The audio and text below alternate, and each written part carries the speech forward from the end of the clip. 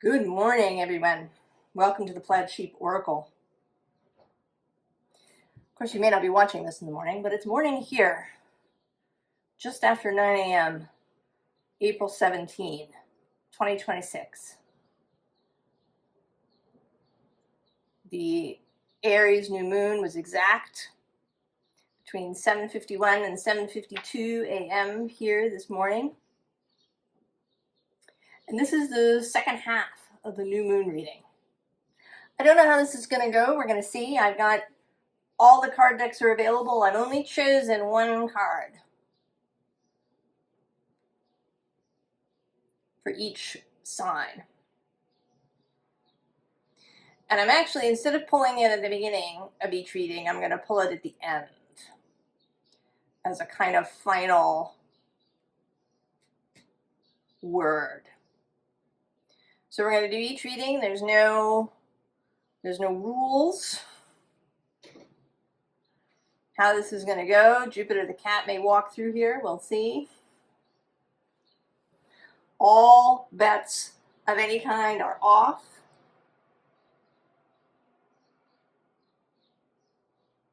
The song, I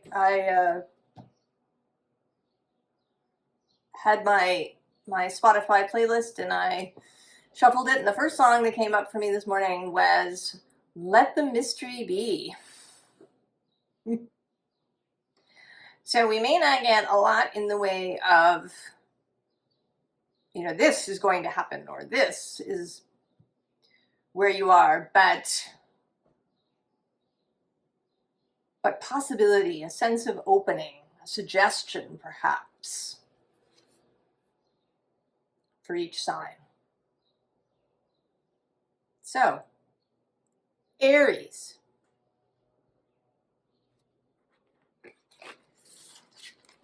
Come right to the tarot. Aries.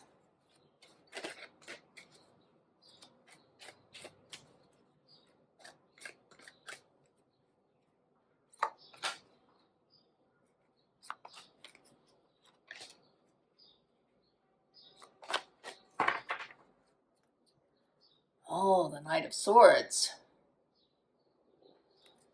The good word. King of Wands on the underside. Fire and air. Oh, Five of Cups. Nine of Cups. Nine of Swords. The Chariot. Well, this certainly feels like a before and after. A before and after. With, possibly fixating on things from the past. It doesn't feel deeply grieving. It feels sort of, she feels like she's looking down at those three cups with this deep sigh.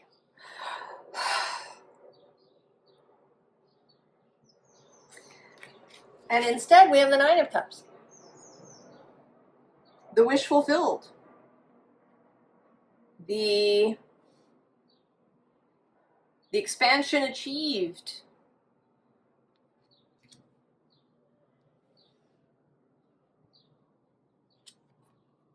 Nine of Swords, of course, all that worrying and not being able to get out of your own head. And then we have the Chariot. Movement forward. Clarity. And especially in this deck with the birds, mental clarity. A sense of knowing where you're going. And now that's making me think of Willy Wonka. There's no knowing where you're going. So there is a little bit of that, this mystery. I have just noticed, and I've never noticed this before, I've had this deck for a while. There's a sailing ship on her hair, right? Because her hair is like waves. And that too feels, you know, it's in the vicinity of her head. Like, boom. You know, it's not so much clarity in the sense of knowing things as it is in just not being in a fog.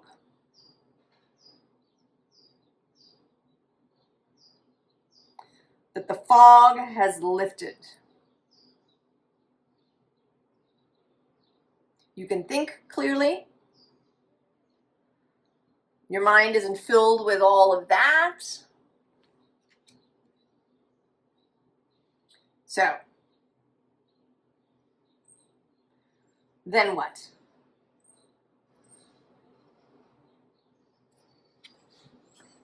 Then what?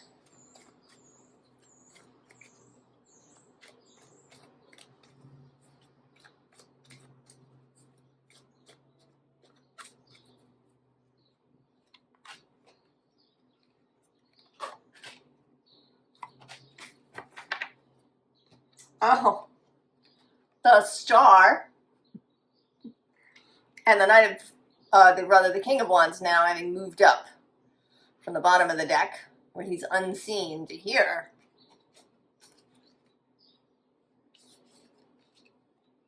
Oh, there's the King of Swords. The knowing, the plan, possibly the strategy. The Sun.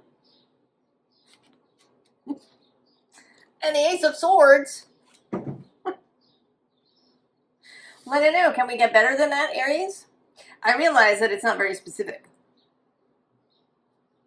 But I think that it's going to be all kinds of different things for different people. But if you simply have been kind of wandering around or sitting and staring off into space, metaphorically perhaps,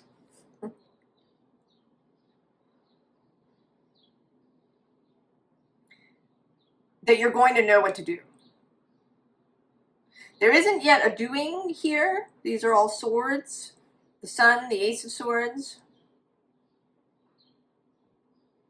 So there isn't the King of Wands is still one step removed.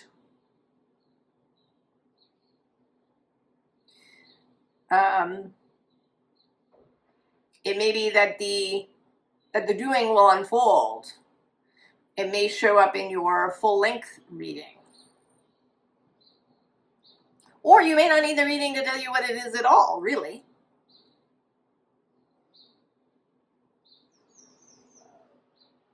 I mean, essentially, this is confirmation for you.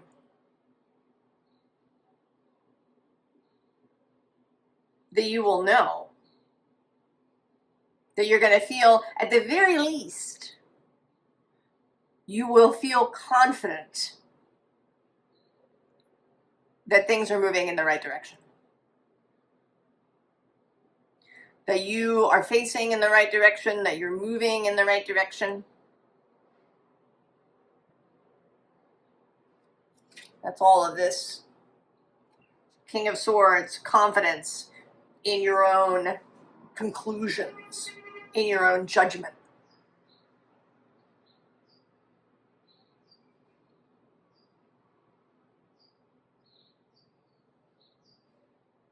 This is the final card.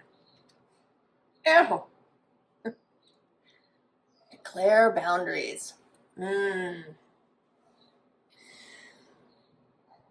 Decidedly.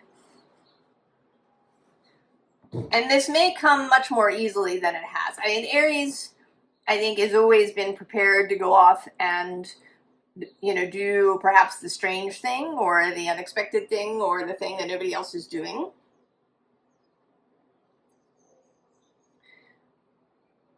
But we have been living through this highly mental age.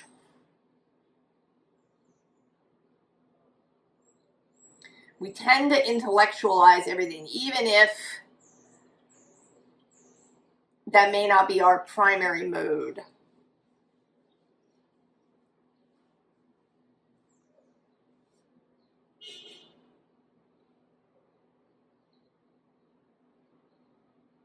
So it seems like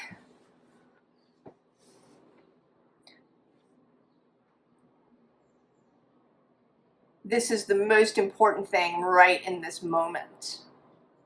You have all of this knowing now, that this confidence. You're in the right place at the right time. You have confidence that the inspiration will come and you will know. You're not going to spend a lot of time hunting for things or perseverating about things. You are prepared to move when the inspiration arrives. You have confidence in your own judgment.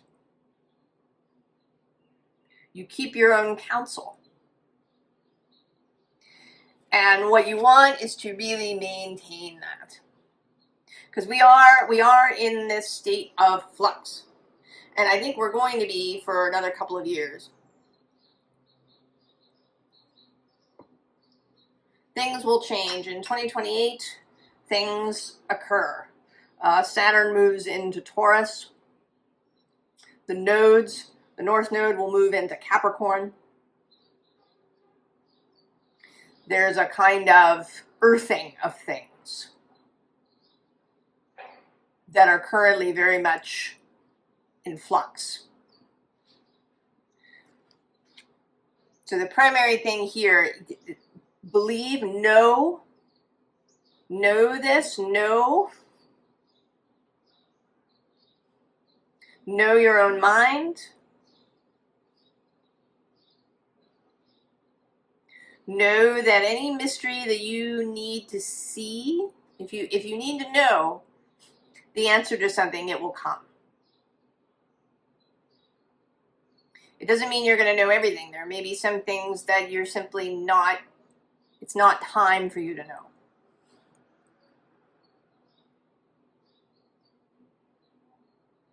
This is really trust. It's trust in the star that's been leading you. Trust in the light and in your own self.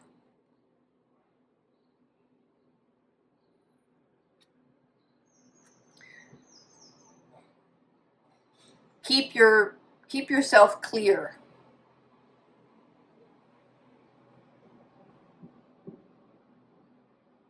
Be mindful of, things that may want to attach themselves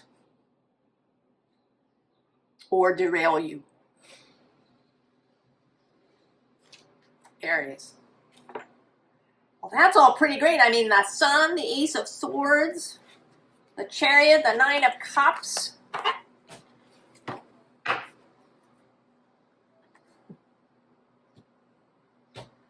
Taurus. That's interesting, Taurus. So I have Taurus, if you didn't watch the intro, I have this little stack here that's a card for each sign that I'm pulling at the end rather than at the beginning. But you apparently want to begin with some more cards from that deck.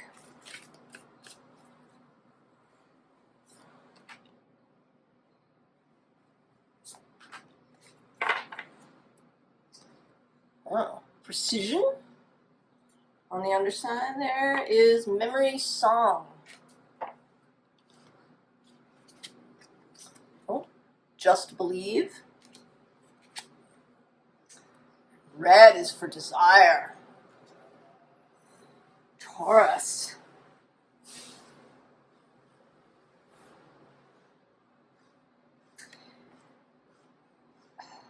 How this feels is that it's like you've been awake for too long.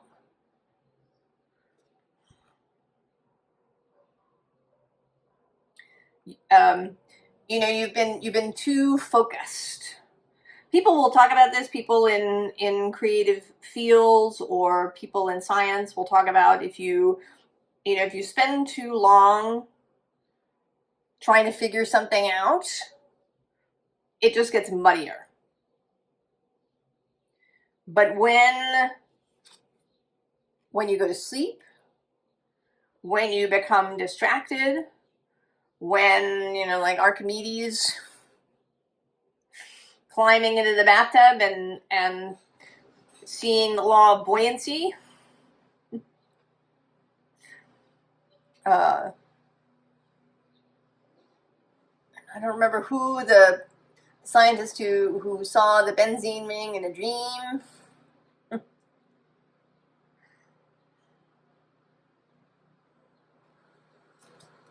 So under this precision is this beauty in the unknown. So it may be that you've been hyper focused on something, that you've been trying to figure something out. And both of these cards, there's sleep happening here. And it seems like this new moon is going to allow you to let whatever this is rest. That if you, because Taurus does sometimes, you know, I have a lot of Taurus, I know. You can really, you know, hold on to something for a long time, you know, look at it from different angles and try and figure it out. And especially if you've also got some Virgo in your chart.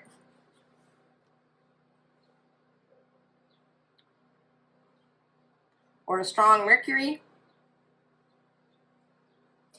And now this new moon it's like a release that lets you, that, you know, would let you go to sleep if you'd been up into the wee hours in the morning trying to figure something out. That you are released.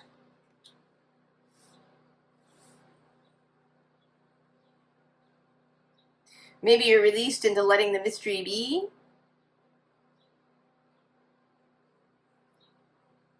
And so now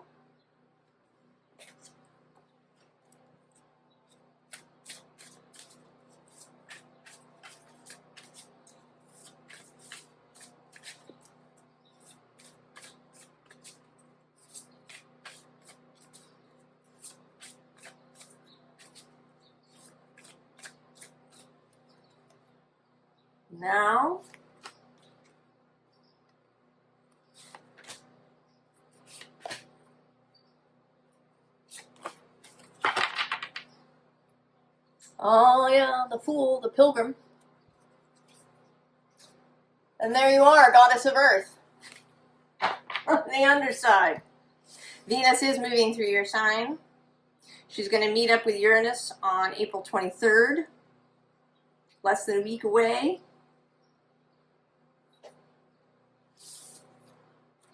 Four of air.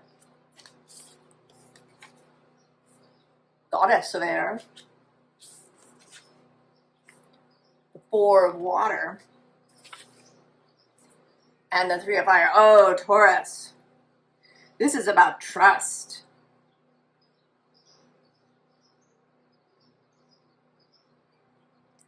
I'm just going to close the window, Taurus. There's a little bit of noise happening. I like to hear the bird song, but not the leaf blower so much.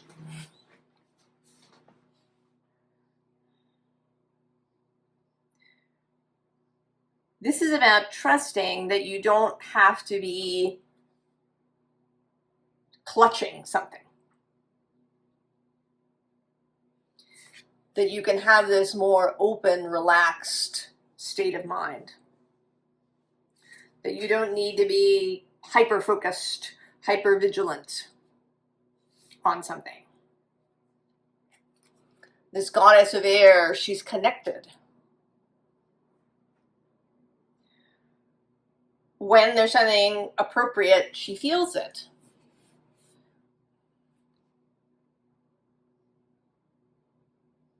She knows that what is for her will come through. That she doesn't need to be, you know, always looking or, you know, drilling down to find out what something is or really holding on to it. That the whale song will come through. This is really a trust in the mystical.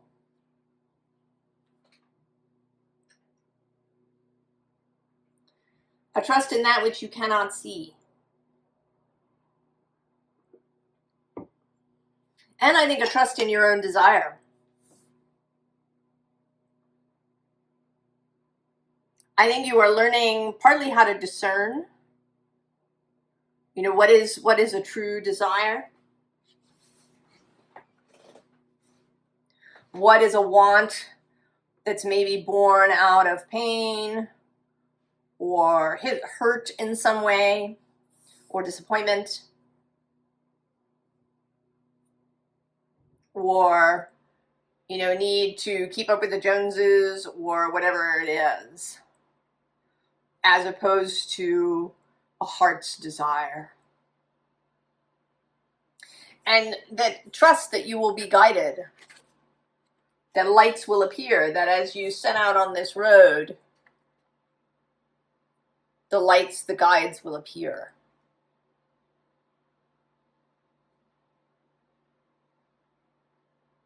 Below her is this Five of Earth. There may also be and I think this will probably be true of pretty much everybody, the ability to leave the past in the past.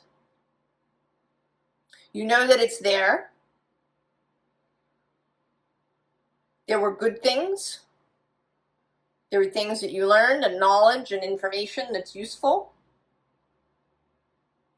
But you don't have to drag it around with you, Taurus.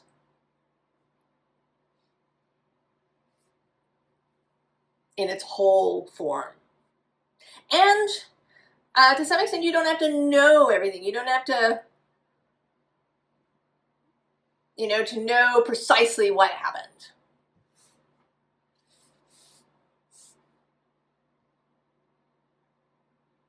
It's enough to know that you have guidance, that your desires are guidance, and that you will be led.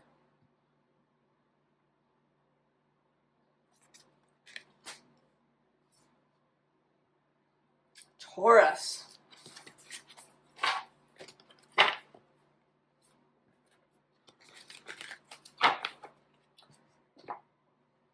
Oh, I didn't pull your card, did I? Oh. Your final card. Now this says sacred pause, but how it's actually feeling to me is this connectedness. That you're here, you're on Earth, there's a whole, you know, you're not floating free. There's connection down into the earth. You're not daunted by the water.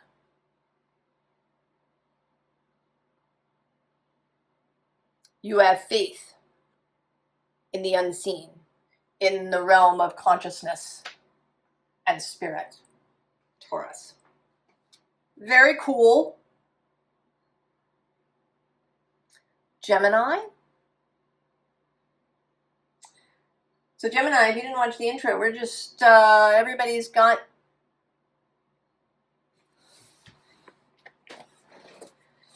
we can choose from the whole, all the decks.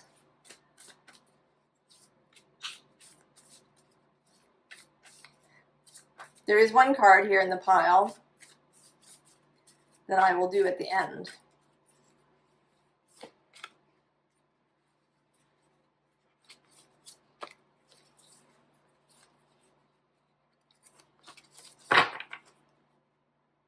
Oh, sixth house, sustainability. And on the underside, Capricorn, achieve. Oh, Gemini. Very earthy. Oh, Scorpio, investigate. Third house of communication. And the moon, perception.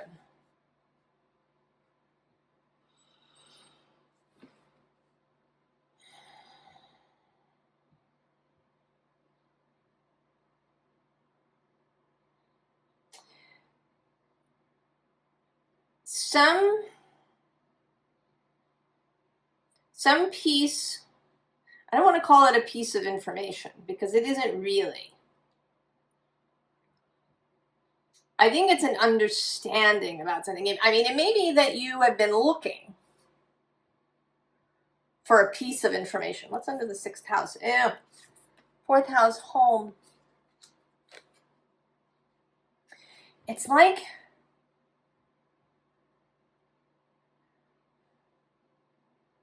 maybe what you've been searching for is your purpose.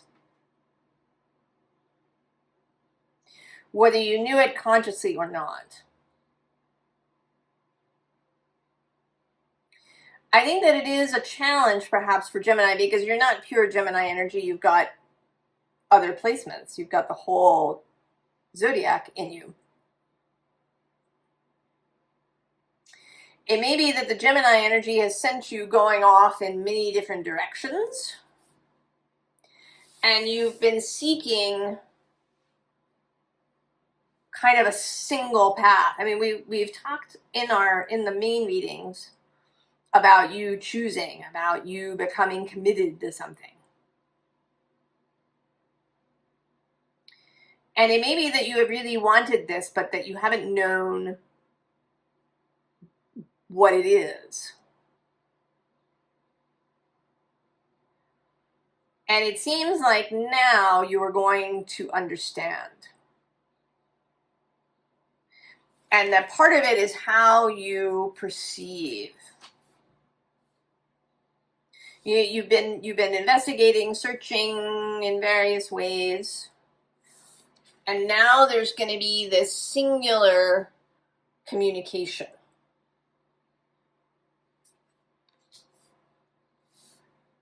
That changes how you see the whole quest.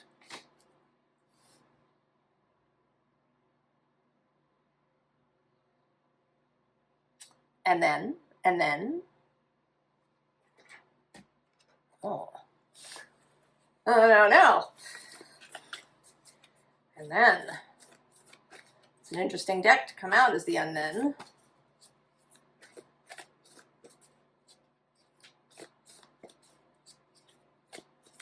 The 6th house is all of those things that we do in our daily life.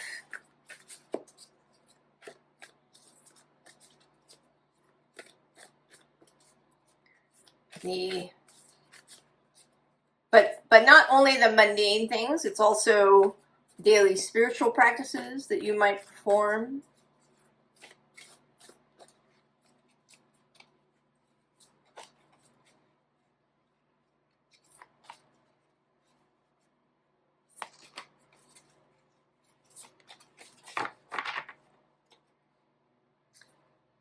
Mother of the salt waters. Passion, wild love, open your heart, let love in. And the pink dolphin. Celebration, fun, unbridled joy, open heart.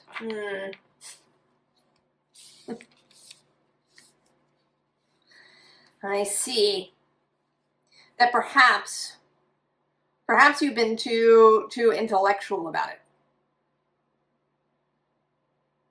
I mean, I think that's true of our society across the board.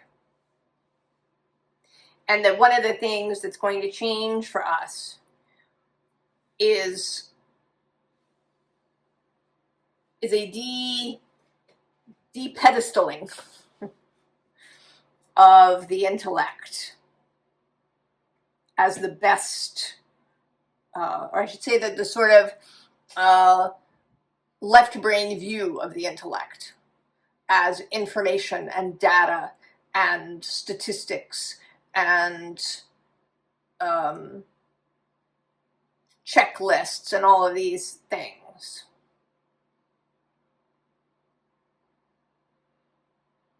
That it's a return to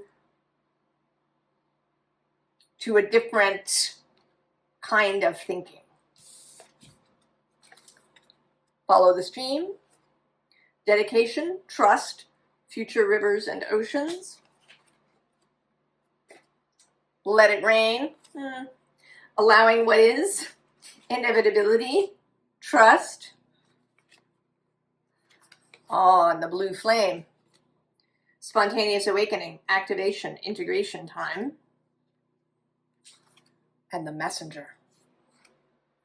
Serious energy, bringing harmony and balance. Messenger.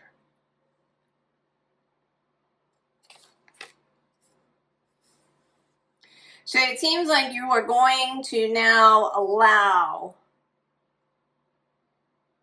feeling and the unseen, things that cannot be quantified,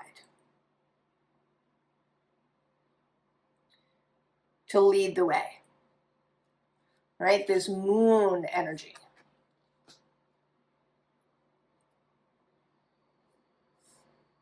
So from here, you will be able, you will feel comfortable to allow this moon energy, this watery energy to lead you.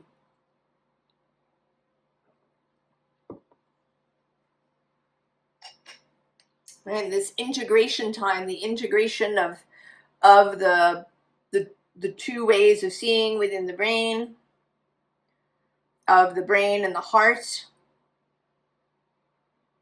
of the seen and the unseen, and that both that brings clarity, because then these messages can come through more clearly, and also that you can share them more clearly.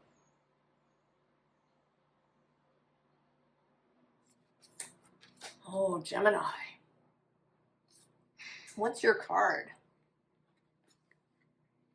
Ah, scars become stories.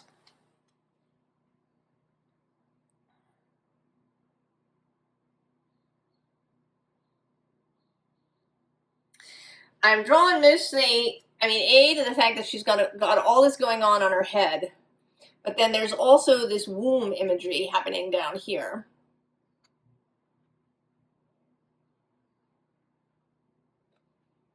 All right, fertility, ovaries, fallopian tubes. This integration, body and mind.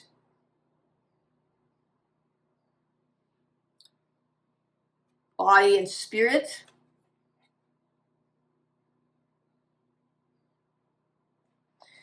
Being freed from a very narrow kind of perceiving. Gemini. Oh, just in time. Just in time for Uranus's entry into Gemini.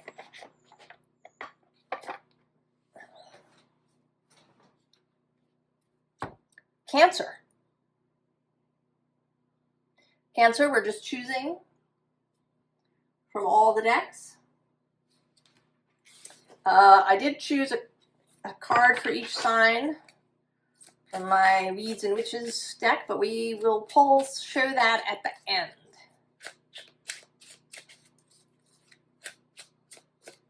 So far, there's a lot of freeing. There's a new ability to trust showing up.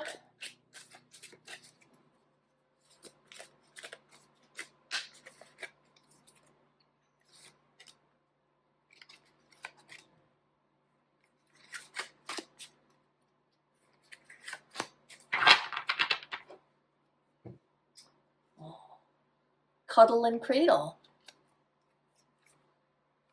And let it burn. On the underside, Cancer. This is the moon in both of those cards. Your planet.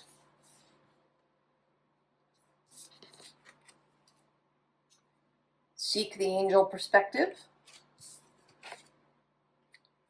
Freedom. Discernment. And grab your monster by the tail. Well, it seems to me that what you are being freed from, Cancer, is the need to be armored. The need to be hyper vigilant about things. To have your claws out.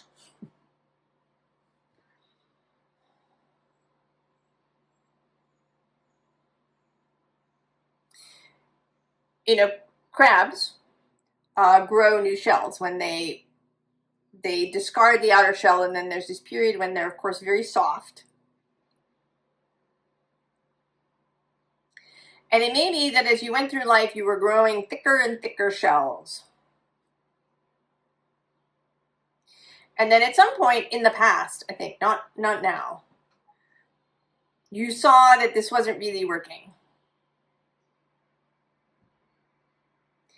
And you began to try and grow a thinner and thinner shell, but you were still a little bit worried about it. A little bit worried about it. You know, can you hug the fox, or is the fox going to bite your face?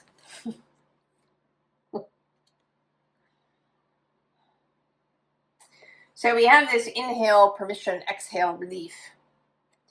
And you are being given permission to be loving, to have the angel perspective, to see the best in people, to see beautiful possibilities rather than danger everywhere.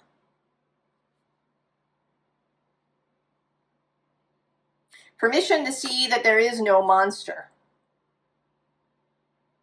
Or I should say that there doesn't have to be a monster. That your perception, your attention, how you pay attention, what you pay attention to, can change the monster. That's part of the discernment. How you pay attention.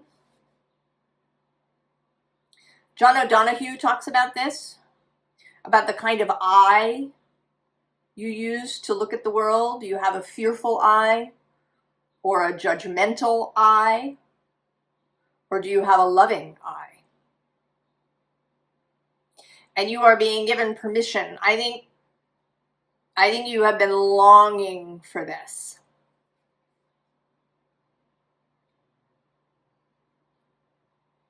A longing to be able to love others, to see the best in them. Cancer. And then,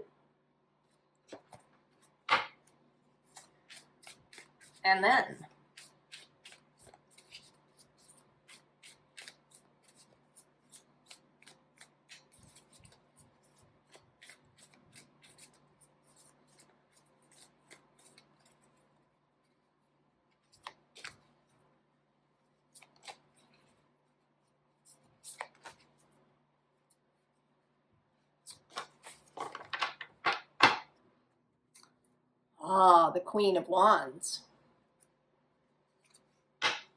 Three of Pentacles on the underside.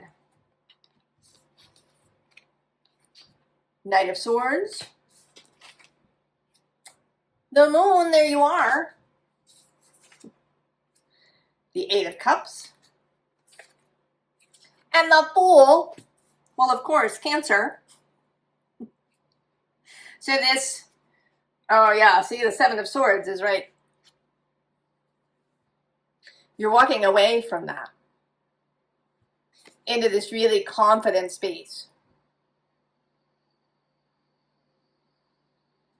She's not, checking behind all the stones for things. She's not looking over her shoulder all the time. She is focused on her inspiration, on her wand.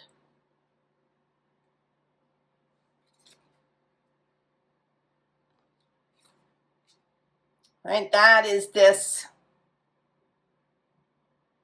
new vision, this new ideas that I think that will allow you to become, to blossom really fully, that your Cancerness, whatever placements you have there, wherever it is in your chart, that your Cancerness will really blossom in its full, beautiful expression. And that you will find it easy to walk away from anything that has been just weighing you down.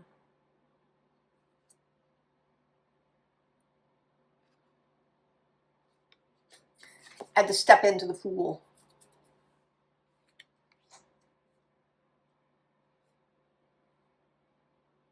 That you're going to regain all of the energy and attention that you've been putting into vigilance. For it's going to now move into creation. Into, feeling really vibrant about life. Because there may not be anything, specific that you wanted to do or build or, anything else. It's maybe just how you move through life. How you approach each day, how you approach interactions. How you approach choices.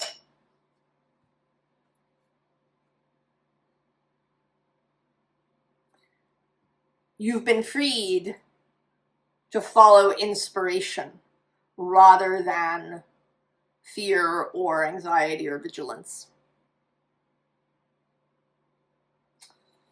Oh, final card. Oh, look, there you are, the Pearl Veil.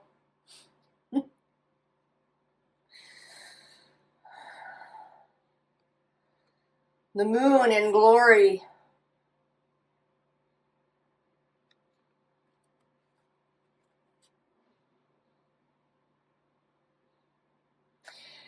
I think there may also be a softening towards your own emotion. People often talk about Cancer as being moody and emotional, but I think you can also be very judgmental of your own emotions. Or you may hide them or mask them in some way. And I think your whole view of emotions, yours, other people's, maybe your changeability, it could be that you've always felt like you needed to put a stop to that. Maybe to put a stop to the effect that the moon has on you.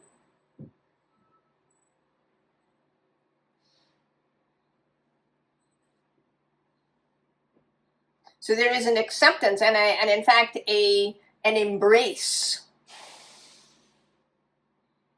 of your moonness. And that this too will release a lot of this creative energy that's been held back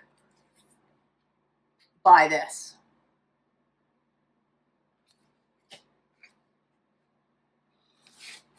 Cancer.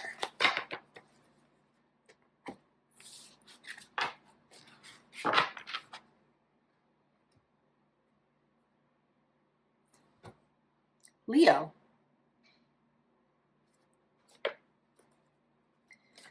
Leo, if you did not watch the intro, we're footloose and fancy free. I did choose a card for each sign, but we're doing that at the end. Otherwise, it's anything goes.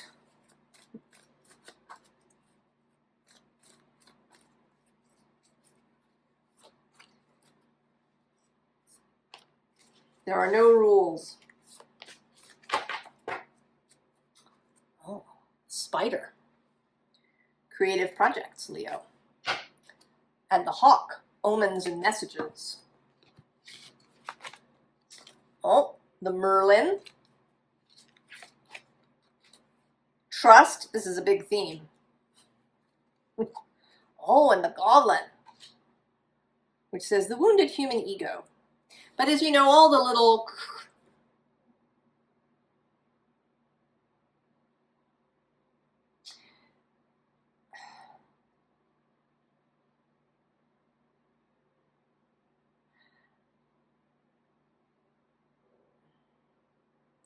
you are finding a way for your inner goblin to trust. This aspect of you, the Merlin aspect, the creative aspect,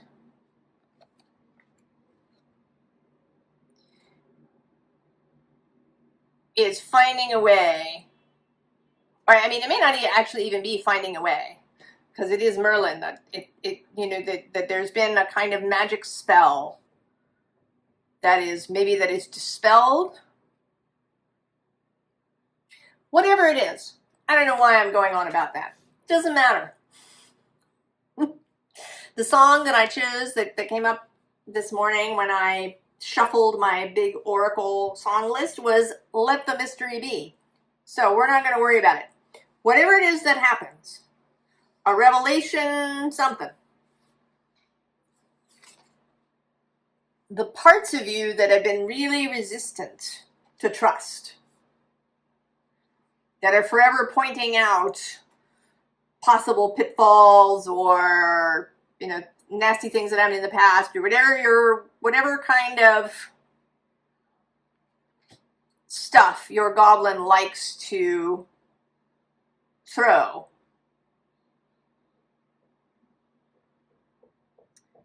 is going to be soothed. I mean, trust sits at the center here.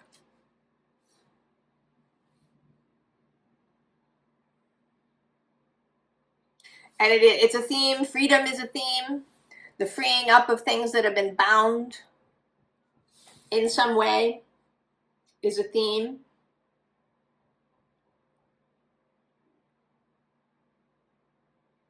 I want to say that you're learning how to move on the web, that maybe initially you it's as if you were dropped into the web without having built it. And you didn't know quite what to do. You were kind of walking around feeling like you were sticking to things. Maybe you didn't know.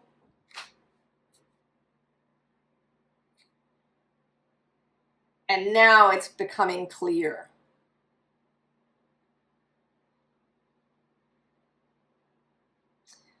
And then, and then,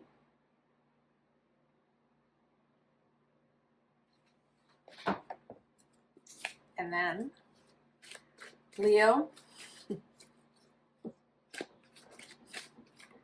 a stilling of the difficult voices.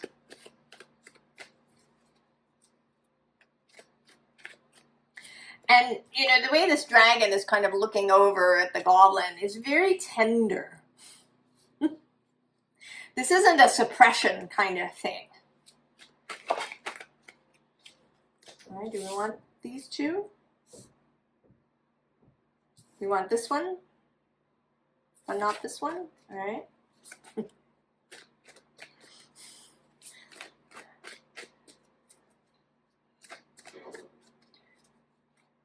Maybe you've had trouble with self-criticism, and now you're seeing your whole self with much more tenderness and compassion and understanding.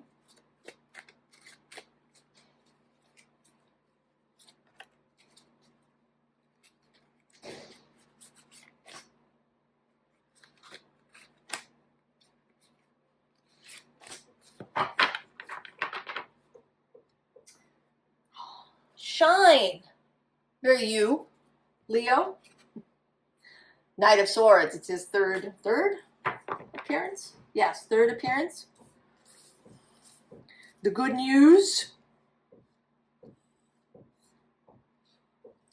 Okay, this first card, the pop out. Oh, it's Judgment.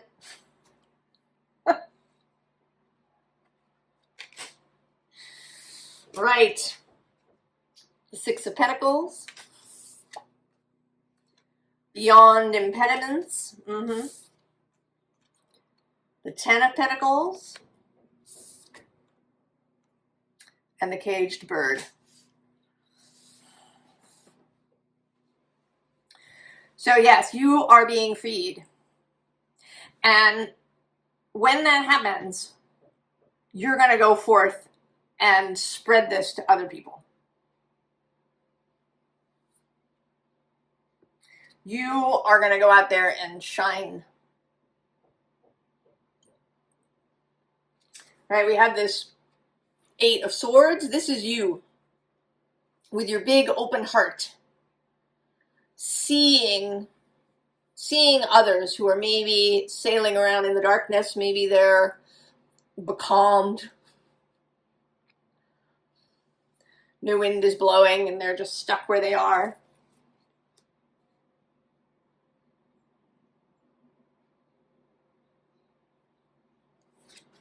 Right? This is not you. This is the moment that we're in.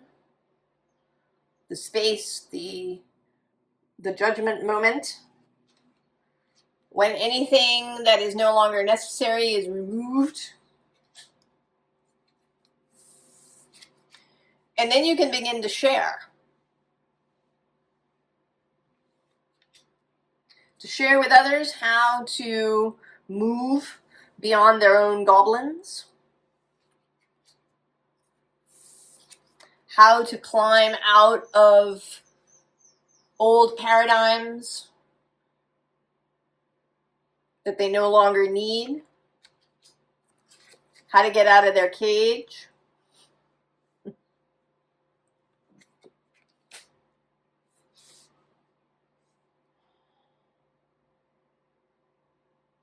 And I think you're really going to enjoy this process. And I don't know how this is going to happen. I don't know if you're going to actually literally give classes, if you're going to write a book, that you're going to become a spiritual leader or a coach, or if this is a kind of one-on-one thing, that it's individual friends and people that you meet, that you have conversations and you talk to them about these things. Or it's just the way that you move through the world that inspires others. Or maybe it's all of that. So your final card, Leo. There you are, walk with grace. You're going to be lit, Leo. You're going to be lit. Shine. Be yourself. You and Cancer, the luminaries, coming into that your luminous selves. Be your luminous, sunny self. Walk with grace. Leo.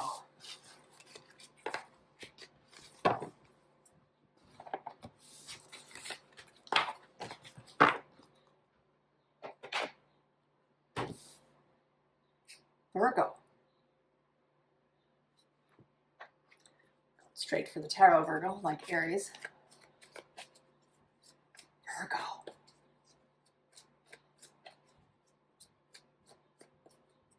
South Node still traveling through your sign, headed for Leo in August.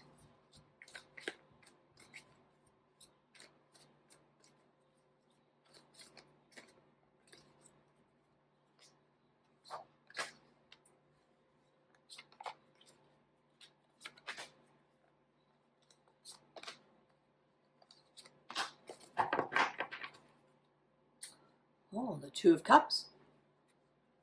And on the underside, the Ace of Swords.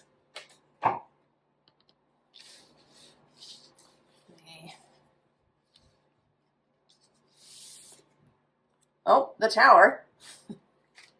Virgo. Ten of Pentacles. Three of Cups. The Three of Wands. And the Three of Pentacles. Virgo.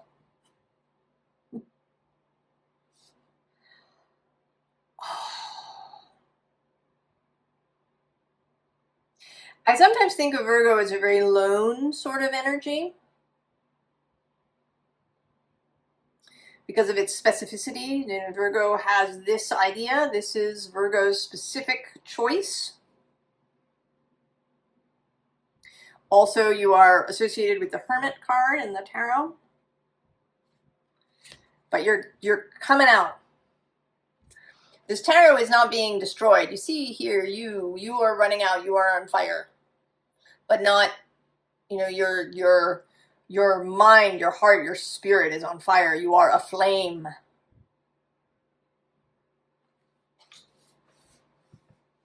And you are aflame to join others.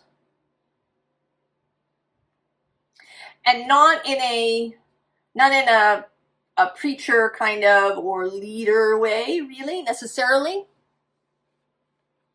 There's a joining here. Because we have the Three of Cups, the Three of Wands, and the Three of Pentacles. All cards of joint enterprise, joint activity.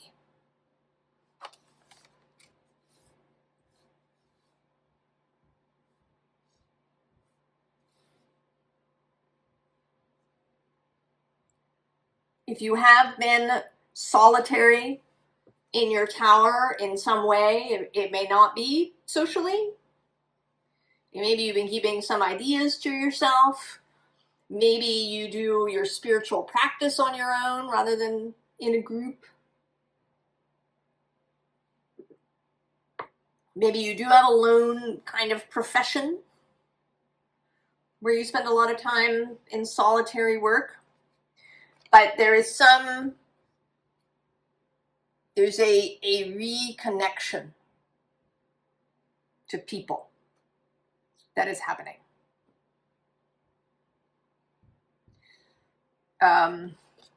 It feels like, right, the boy coming out of the bubble.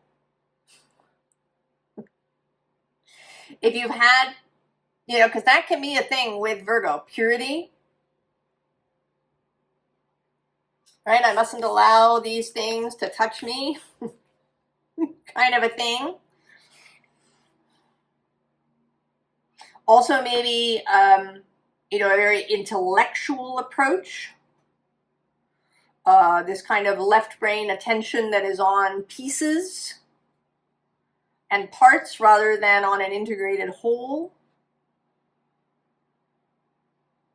Below this Two of Cups is the Queen of Pentacles. Your card traditionally is the Knight of Pentacles, but the Queen is this more heart-centered, embodied earth energy. And then below that actually is Temperance, which is not judgmental at all.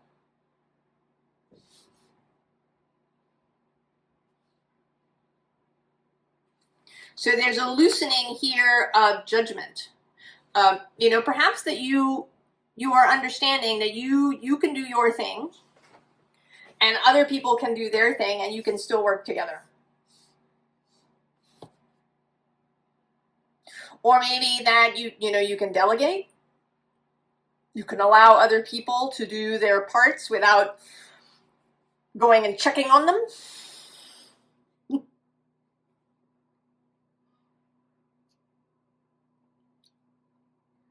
And then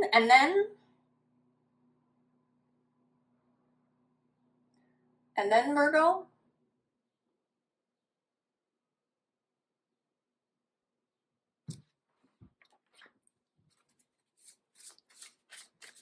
And then.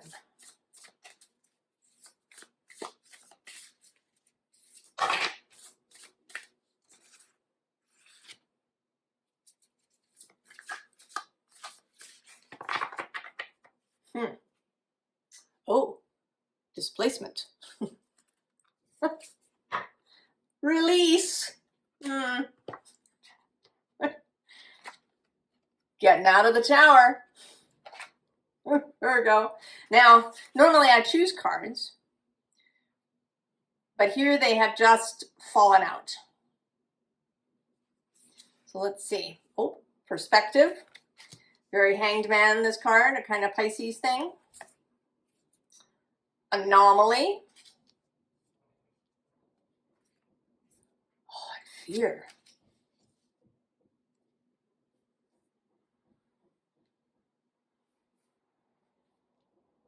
Well, how this feels is that you're turning your back.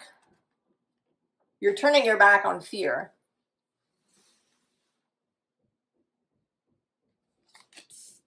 Right? The embrace of this new perspective. And I think that it really is about, or in large part, about seeing the common underpinning that you and another person can have some different specific ideas. I mean, if we take it on a very basic level, that, you know, you like having your biggest meal in the middle of the day. And somebody else likes having their biggest meal first thing in the morning. That fact does not imperil you. Because there's a joint underpinning.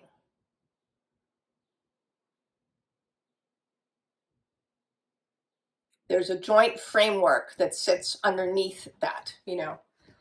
There's a right time in the day for the biggest meal. And I can allow my body to choose that. Right? Is the underpinning there.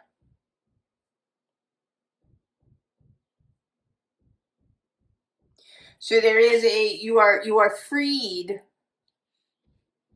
from any sense that other people have to agree with you in every single way. Or that, you know, everything that you know, kind of that that you need to make a specific choice about everything.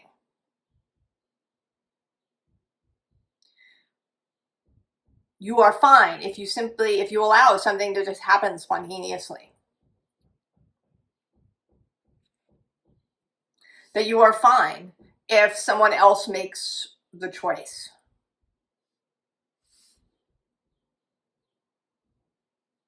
And it may be that you don't really feel this kind of in a conscious way.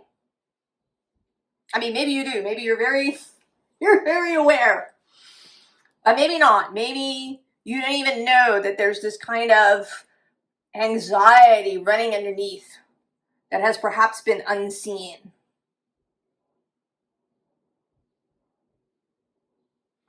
That there's this fear of this displacement. Below that, we have mischief.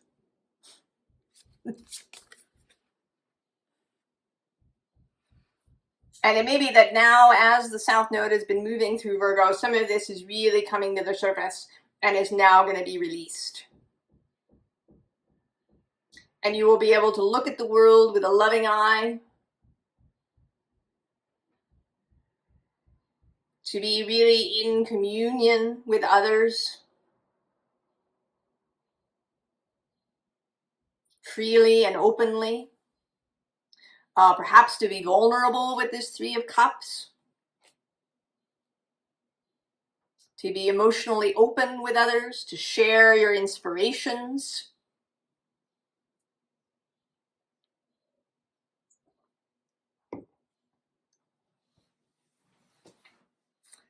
That's your final card, Virgo.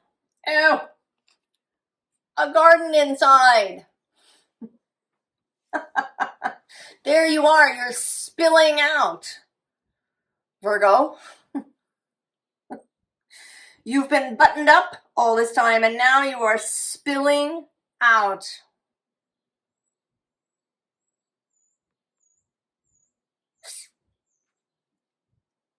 Oh, I love it. I think it's fabulous for you, Virgo.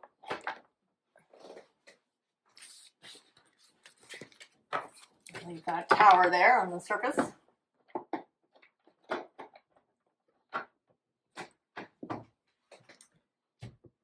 Libra. Where do you want to start, Libra? This was Aries deck. Of course, you are across the way. This new moon happening across the way.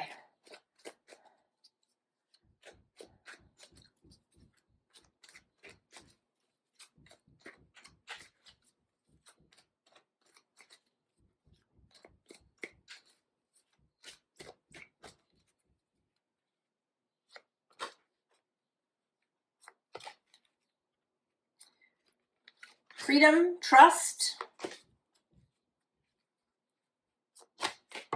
big themes. Oh, Five of Pentacles, Page of Pentacles on the underside.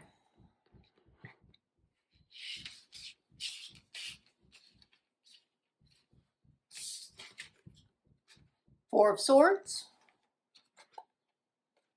Ace of Cups, Nine of Pentacles, the Devil, and the Page of Wands. Libra.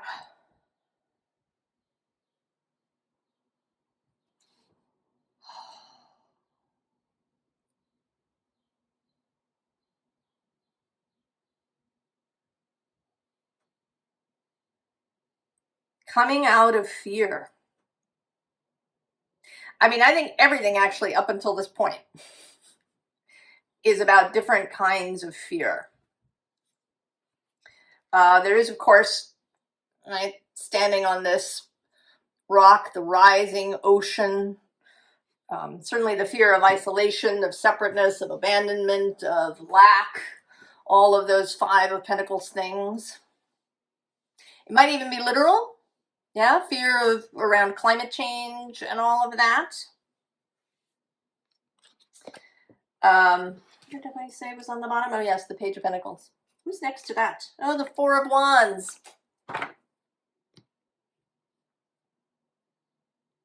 So these pages. Four of Swords, maybe a kind of stuckness in a particular mindset. The Four can be peace and calm after the threes, but it can, if it goes on for too long, it can become a little frozen. So being sort of frozen in your thoughts, being concerned. This Ace of Cups, a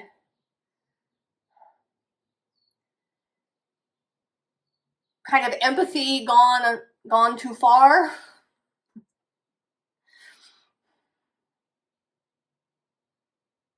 Always being in a state of worry or hypervigilance or distress, either for yourself or others. This Nine of Pentacles too, a kind of isolationist idea, the need to be super independent. Maybe to not mix your life up with other people, to not mix your finances with other people, to be very independent, to make sure, you know, you could leave a relationship at the drop of a hat if you needed to. They used to call it mad money. Back in the day when a man would pay for everything, he would, you know, take you out to dinner, and if the date went wrong, you needed to have your mad money, you know, enough money to take a cab or however you needed to get home. But you always need to have mad money. And of course the Devil, all of the different ways. You know, this feels like, you know, it's us against the world. Kind of an idea. So there's all the different ways that maybe relationship has been tightened. You know, this could be really holding on to somebody, clinging to a relationship. But below them is the Emperor. Aries energy. And below that is the Ten of Cups. So this is coming out of all the different ways around fear and anxiety and stuckness that you've had in your relationship, either to other people or to the world itself. And you're just stepping out into a whole new dawn, Libra. You are just leaving all of that behind. And then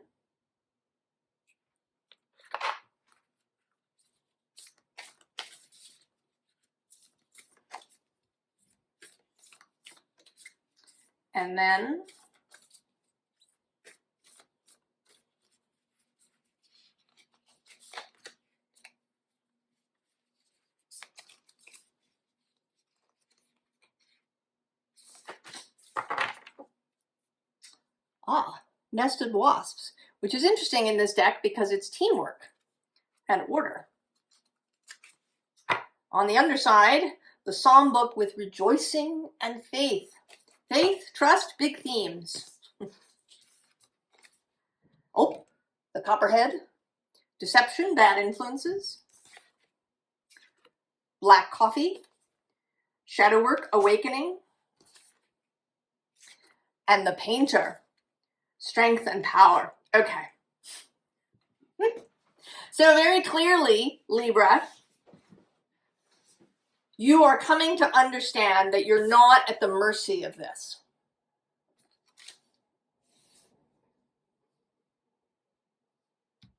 You're not at the mercy of other people's bad behavior.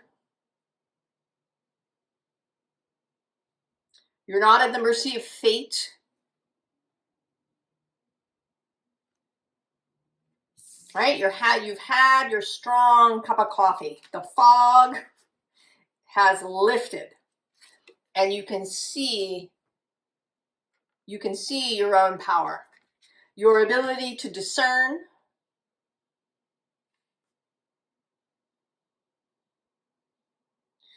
Your ability to know that you're not trapped in something. You know, if you meet somebody who you don't like or who has behavior that you don't like, you don't have to stay there. You don't have to fix them. You don't have to armor yourself up to be safe, to be able to, run at a moment's notice. You don't have to soothe them in order to make them safe.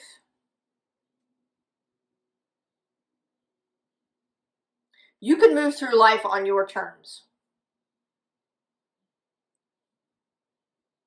You can be generous. You can work with others. Oh yeah, right below that is agency and independence. So understanding that we are interdependent, but that you have your own mind, your own heart, your own guidance system.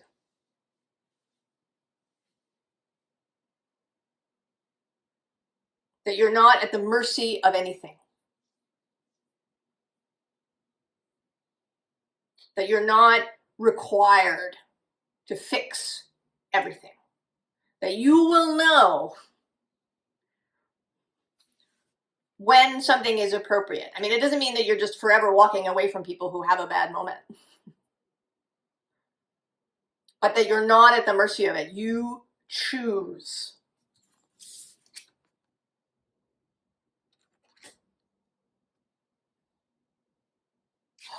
Libra, power of your own choice. Oh, I almost forgot. You get a last card, which is, ancestral memories. Well, it certainly wouldn't be surprising if these things came out of childhood and of the way that society has functioned.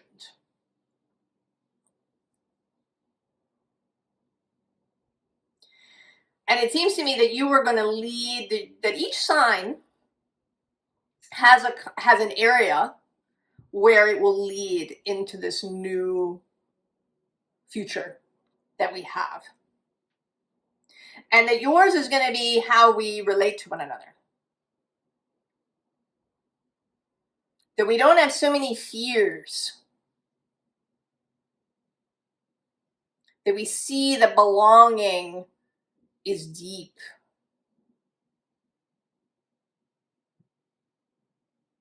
That it's not so dependent upon the details. And that we are not alone, that we have spirit and source and our own souls.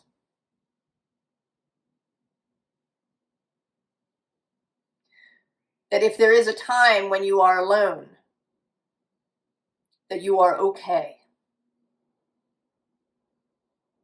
That your involvement with other people, that relationships will come again, even if there is a period of solitude.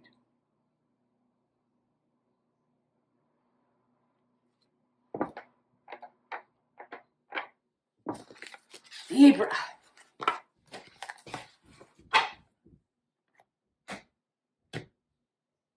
Scorpio.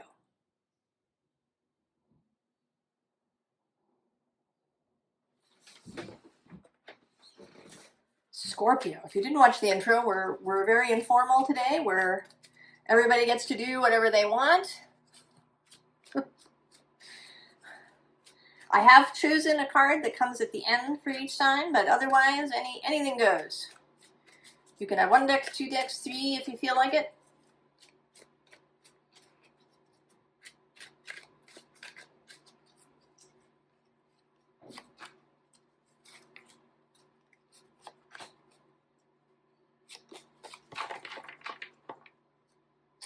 Oh, the 9 of Cups. Well, that's very nice. And the Ace of Pentacles on the underside.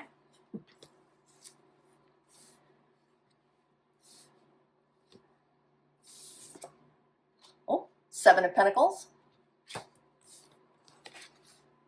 The 10 of Cups. 6 of Swords. And the Hierophant. Oh, Scorpio. Well, it's coming to fruition. Who was on the underside? Oh, right, the Ace of Pentacles. And next to that, oh, the 7 of Cups. It's coming to fruition. Oh, yeah, look at that. The Ace of Cups below that. And the Fool.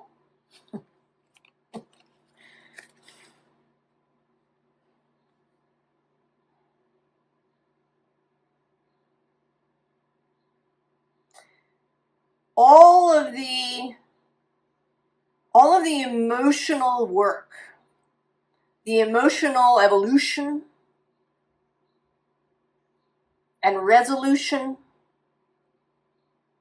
and examination is now coming to completion and fruition, Scorpio.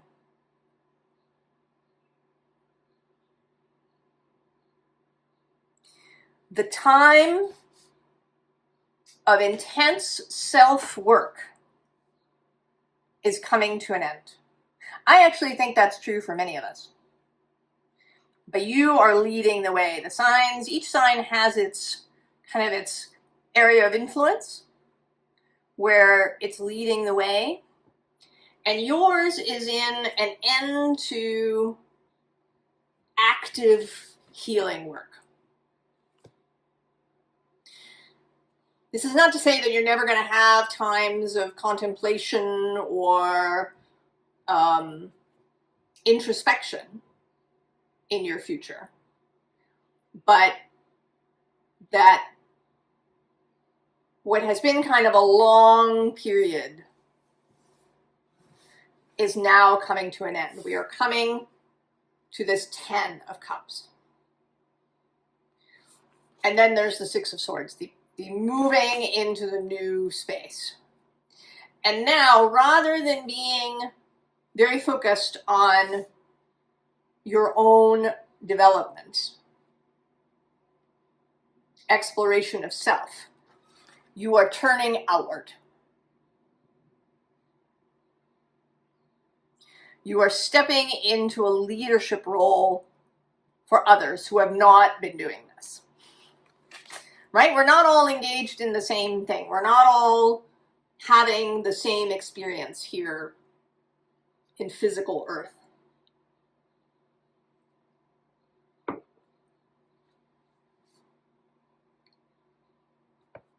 There may be those who only now are beginning, or who are halfway through and are ready for your guidance, for your perspective.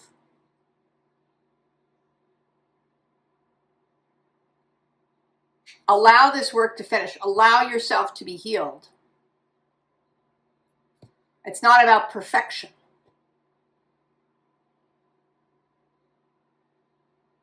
But it is time to turn the focus outward. And then,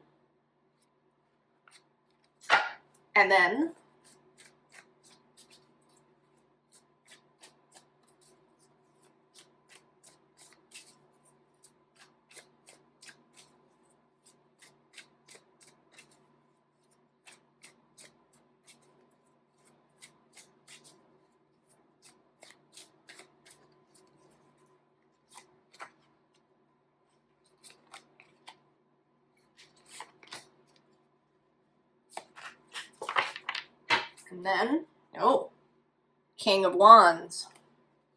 And the Two of Wands. Eight of Cups. Four of Cups. Two of Swords. And the Emperor.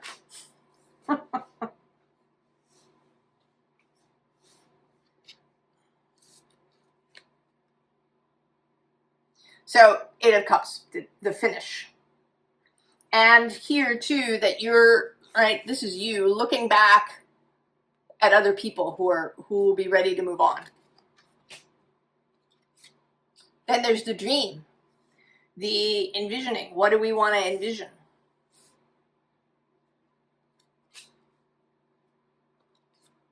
And then the choice.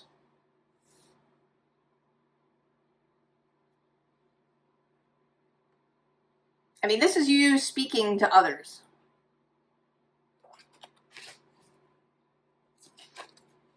And then the Emperor. And here again, you're looking behind. You are leading. The King of Wands is a leadership role. And here too, this Six of Pentacles, a kind of teacher role. And the Hanged Man. Offering an alternative perspective, offering people the opportunity to be in the Hanged Man themselves.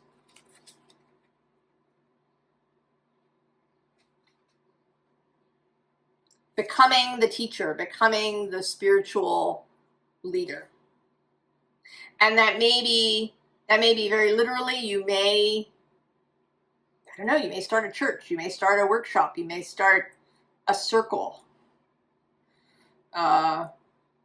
But it may be, in your own family or your friend group. It may be that you join a church, that you aren't, necessarily in charge, but that you join a group and become, part of the leadership. I don't know what it is, Scorpio. You will know. I mean, he's also the king of inspiration.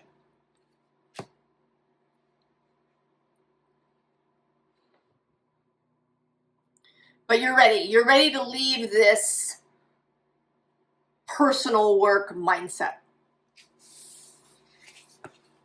That part of the journey is finished.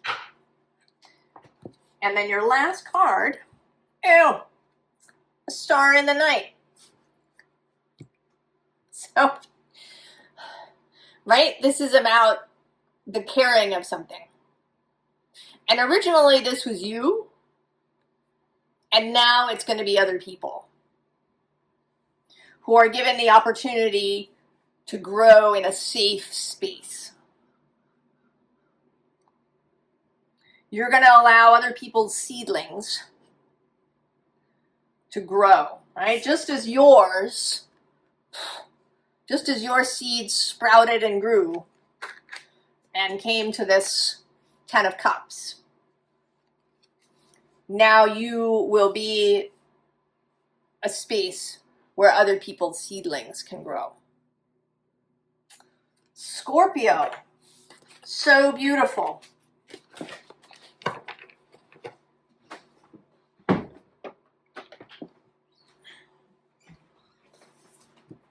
Sagittarius. Oh, choosing a very direct deck. Sagittarius. So we're all footloose and fancy free. There's no rules happening here. We're just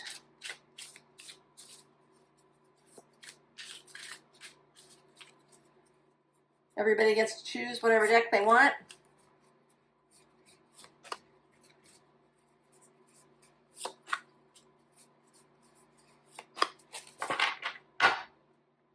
Oh, connection. Very nice. Who's underneath? The Taurus, which is this circuit of energy in the Taurus donut shape. Innovation. Abundance. Oh, Sagittarius. Oh, anguish. And ancestry.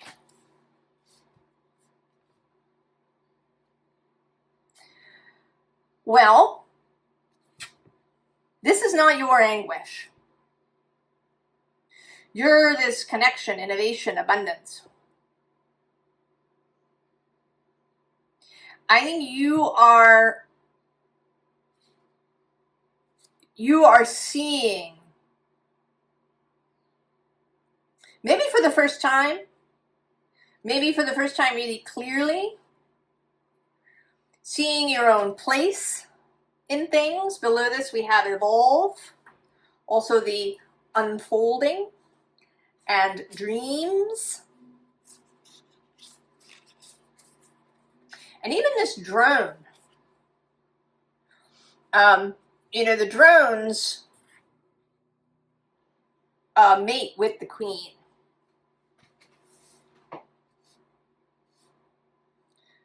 That's sort of, or at least as far as most people consider their only purpose.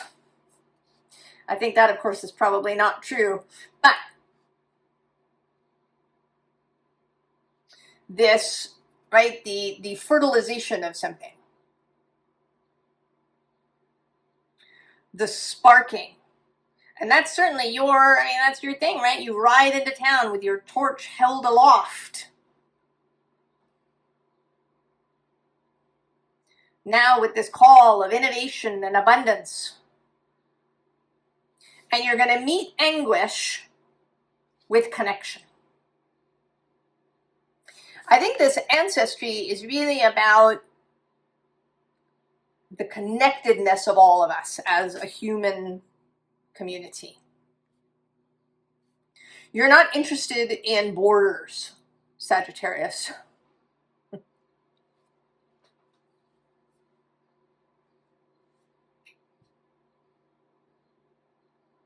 You're interested in the human community.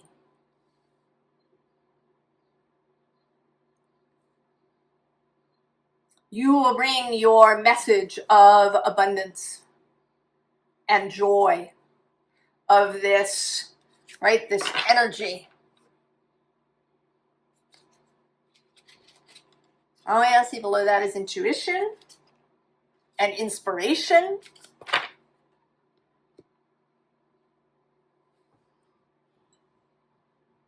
So this may feel, of course, this new moon is trying your sign.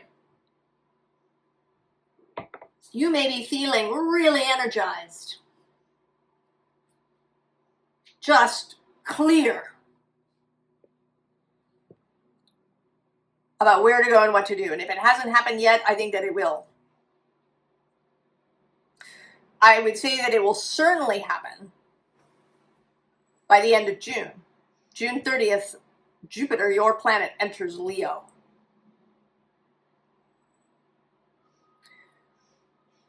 So that if these next 2 months and a bit, 2.5 months, maybe some preparation, some consideration, things may, come into your awareness.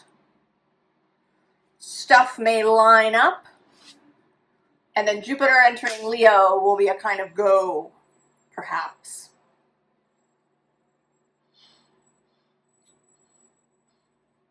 And then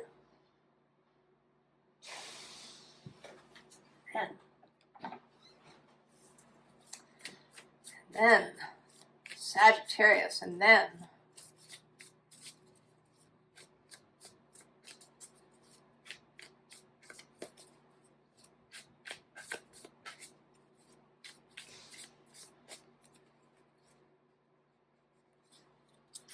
I think you are seeing that the way out of anguish is through connection.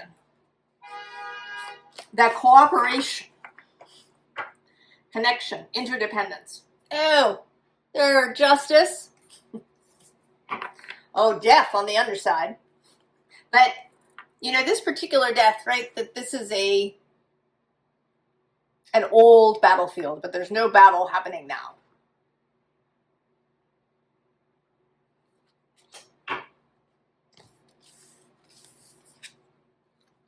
The Queen of Tides.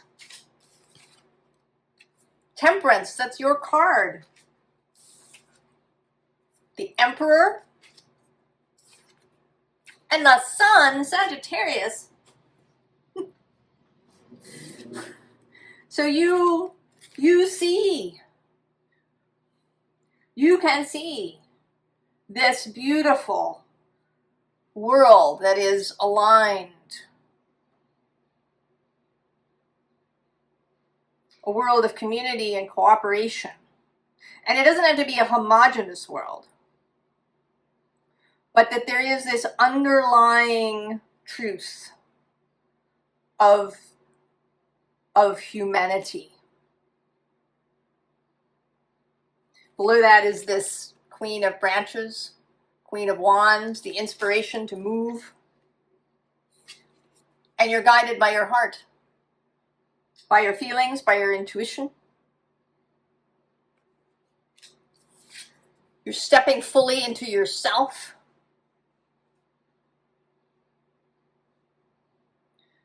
You're understanding. Maybe you understand alchemy in a way that you never have before. How fire and water merge.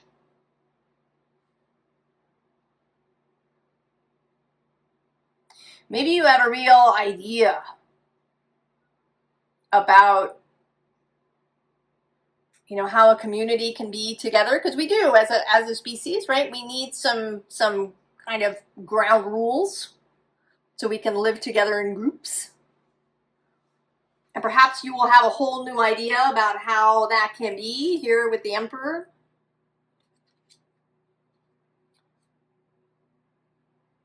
Right? The way that things can be built so that they last, and so that also that they're flexible. And then the Sun. Vision, clarity, Jupiter in Leo. Sagittarius. You're ready to ride.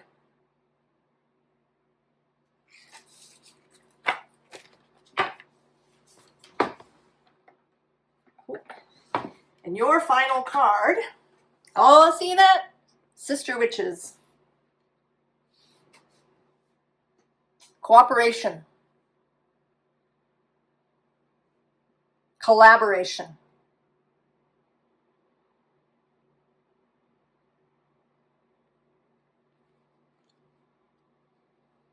Rising together. Oh, I can't wait to meet up with you, Sagittarius.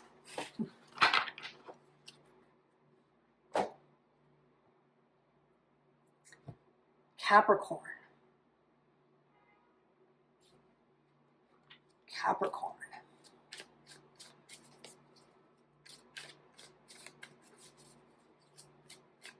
We're very freeform today. If you didn't watch the intro, there are no rules. You can have any deck you want. There is a pre-chosen card for everybody.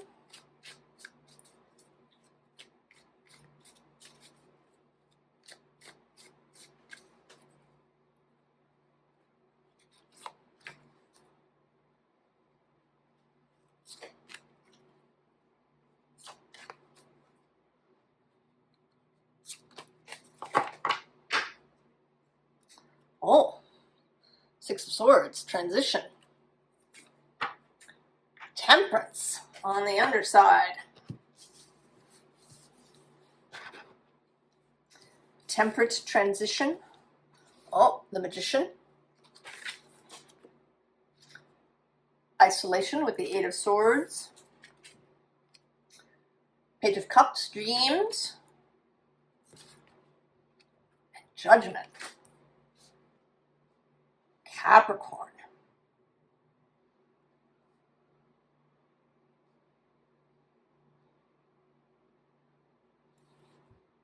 Well, you're a little bit like Virgo, I think, not surprisingly, although it's not quite the same thing.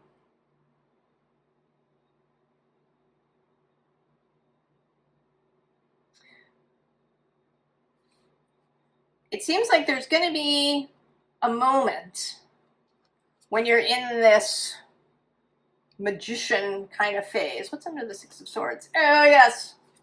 Ten of Pentacles, establishment.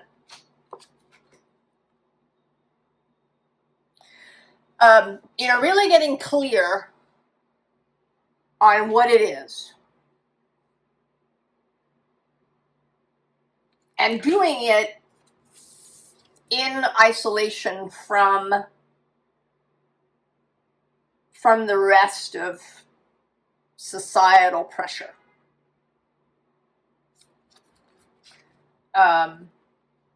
Virgo is coming out of their tower. You're actually going to go and spend a little time not in a tower. I mean, this magician is not in a tower, but in a private place.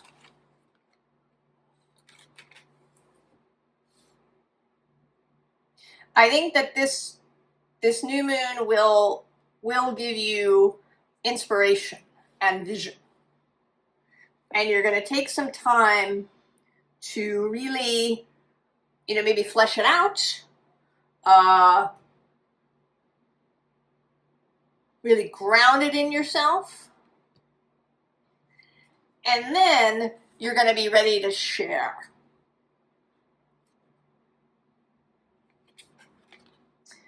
And to participate in what is coming. I mean, this is a very peaceful sort of judgment card.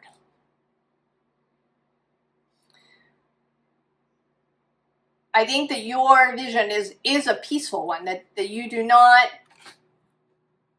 going to see any need for destroying things, tearing things down.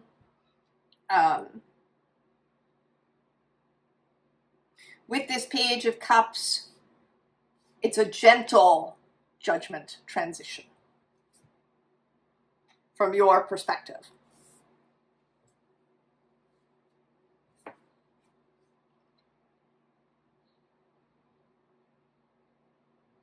And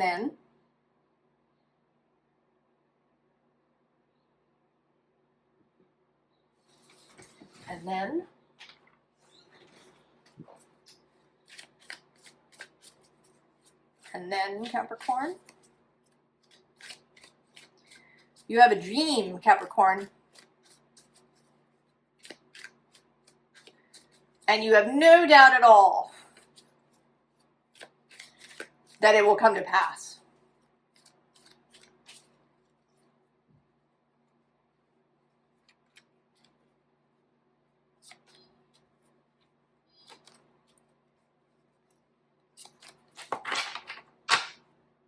Oh, yeah. He was at the top of the deck when I started, and there he is. Ace of Swords on the underside. The Lovers. Death. The Three of Sacred Circles. And the World. So yes, Capricorn, you're going to be ready. You're going to figure yourself out. You're going to get your mind clear and straight. You're going to ground this inspiration into yourself. You're going to drink deeply from your own cup. And then you're going to move. And you're going to choose from love. Now you know that some things are going to end. But again, this is a gentle sort of ending. Right? She's putting this skull to rest. It's a gentle ending. It's not a violent one. And then the Three of Sacred Circles, the working together with others and with Source in order to create the new world.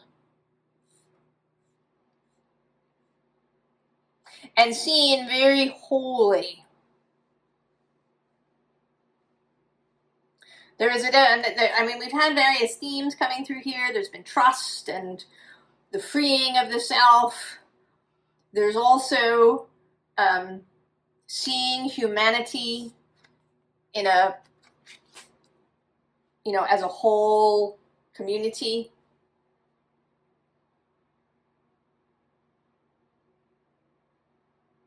In this moment. Capricorn, ready to go, create the new world. And your final card, there it is. Quiet tenderness, Capricorn. It almost feels like you're going to do this one person at a time. And that may be true.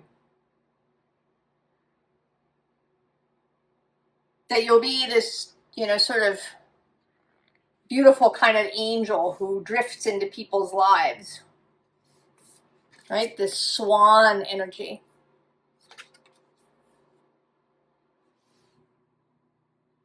I mean, maybe that will become your profession, or is that you're a therapist or a healer in some way, or a coach, or it may be simply as you move through your life, through your social circles. Oh, Capricorn.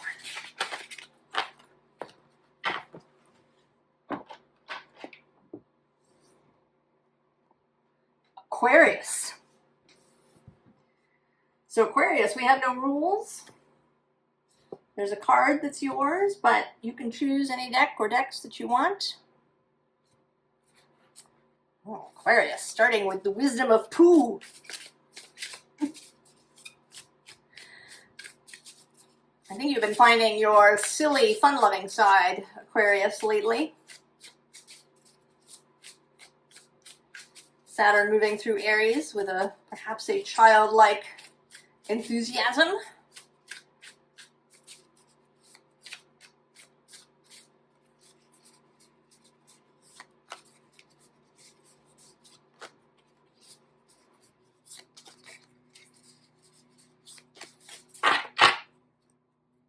Oh, the King of Honeypots. And the Nine of Wands on the underside.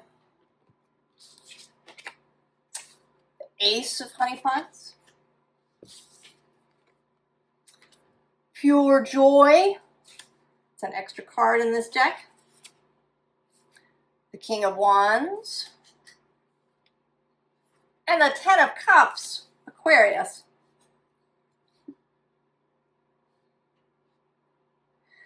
Absolutely. The return of joy. If you've spent time feeling very serious, very heavy, if you've had despair or a lot of fear, pessimism, it's out. This new moon is sextile. The sextile is a really nice working relationship, complementary, collaborative. There's this sense of inspiration, a sense of,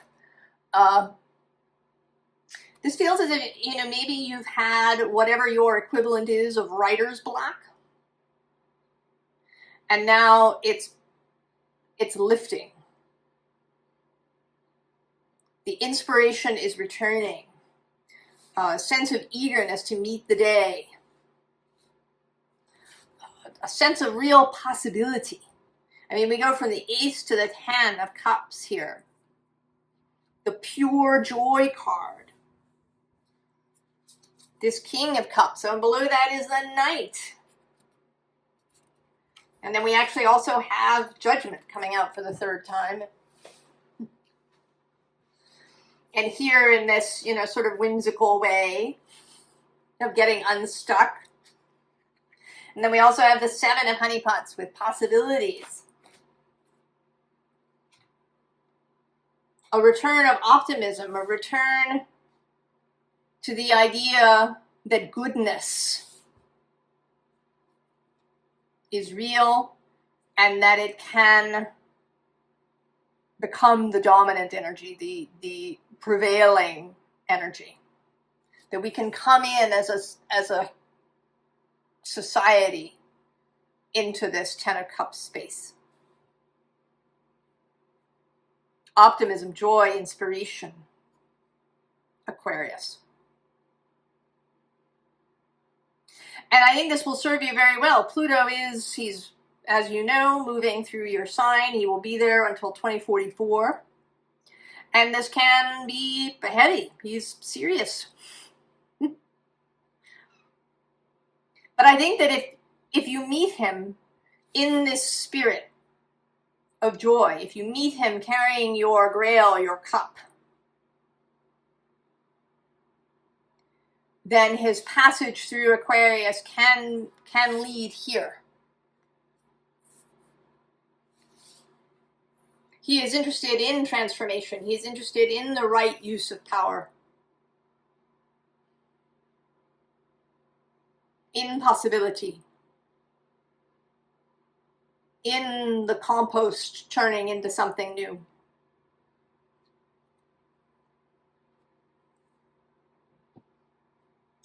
And then Aquarius, and then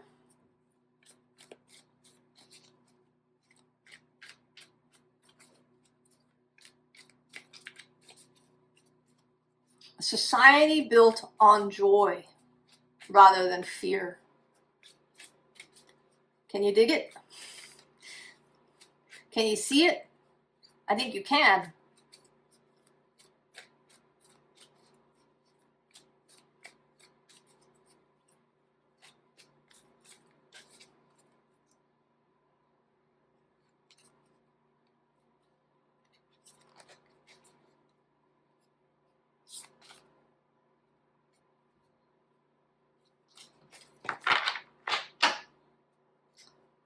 Oh, the 7 of Pentacles.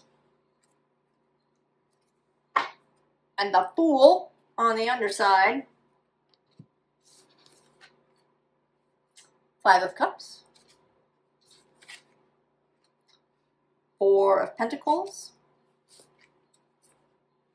The Star. And the Wheel of Fortune. So, then, I think you are good at the long game, the long view, on knowing that seeds take some time to sprout. But right under this 7 of Pentacles is the King of Pentacles, so we're kind of skipping a whole bunch. We also have here the 2 of Cups and the Ace of Wands. And I'm going to go one more with the Chariot. Oh, and the Sun. So you know that seeds get planted, and there is tending that gets done, that you tend the garden, you do a little weeding, you water things when it's necessary.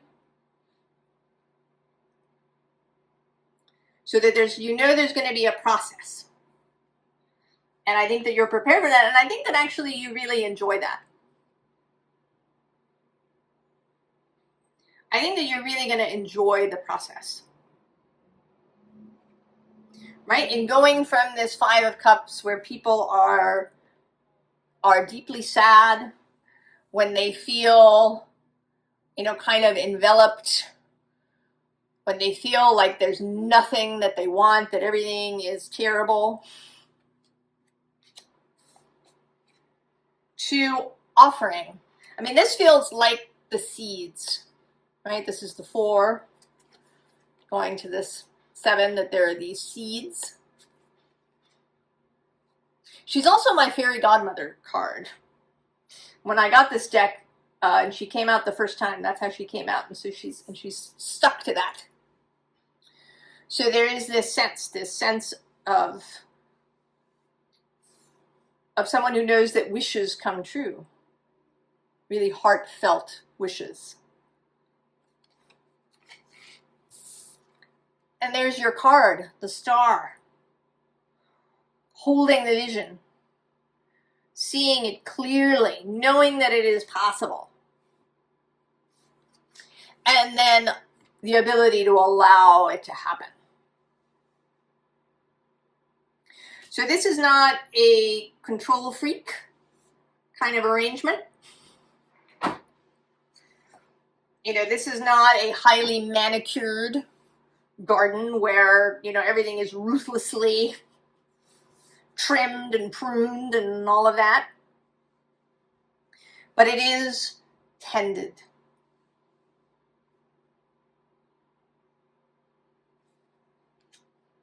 And I think you're really going to enjoy the process.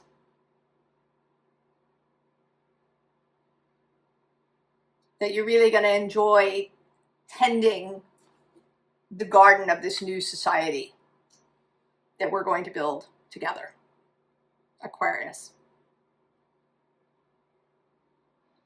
And that you can see it, that your optimism and joy and possibility have returned to you.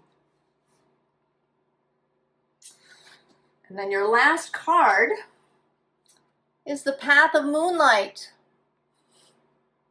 Right?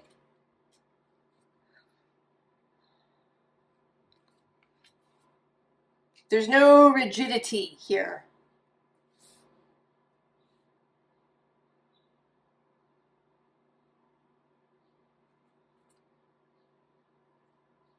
There's softness and love and peacefulness and fun, enjoyment, satisfaction, and following the heart.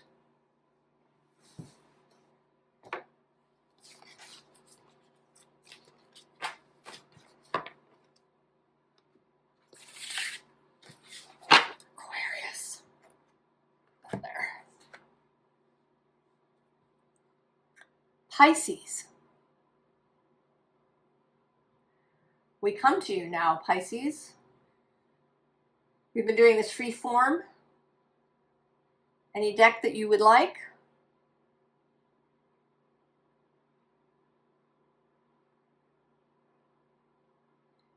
Seem to be having a little trouble choosing, Pisces. Right. The Goddess deck.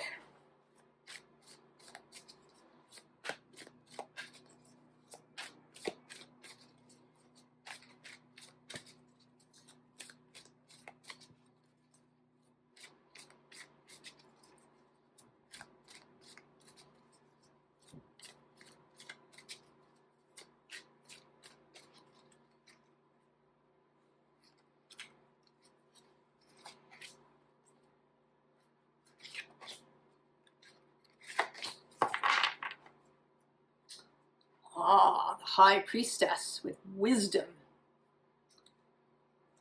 And the Three of Staves, Three of Wands on the bottom. The Movement with the Chariot, its third appearance. The Ten of Staves. Tradition with Juno, the Hierophant. And the Prince of Cups, your card.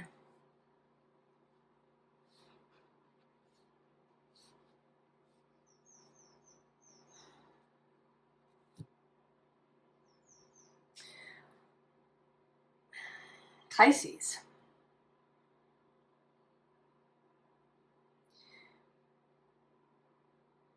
Understanding of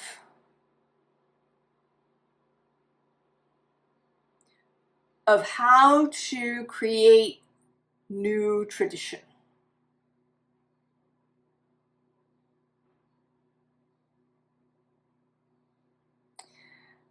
I think that you yourself have been coming to understand, your own habits, the ways that things that you learned as a child that traveled with you, that sometimes things really operate under the surface. And that maybe it's only now that you're really seeing some things.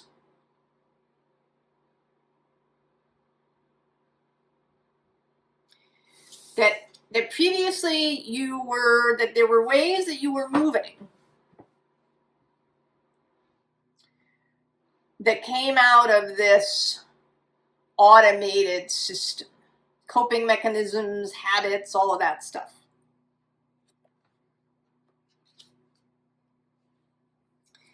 And that there is an end to that. All of the weight that you've been carrying that's kind of been forcing you to move in particular ways and directions is dropping away. And you're understanding how to build a new framework that's flexible rather than rigid, that has all of the things that you want, that has romance and a sense of free thinking, a sense of wonder and flexibility, that mutable water element, but that also has some structure so that you are held.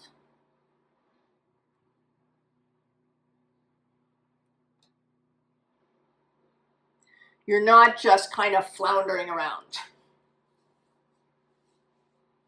And I think that your ability to do this for yourself,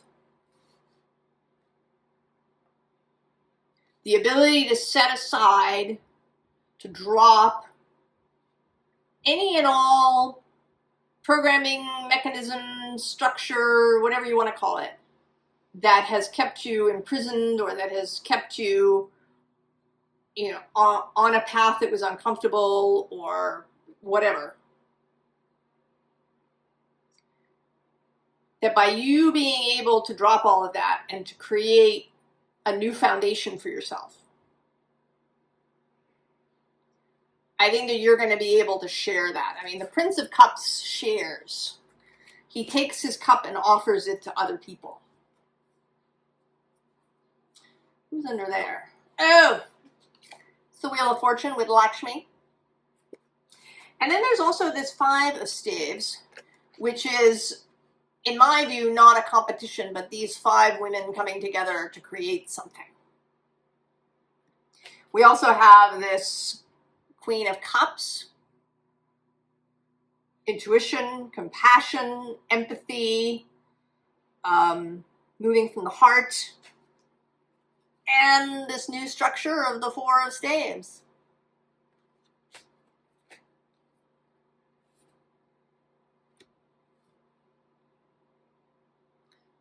And then Pisces.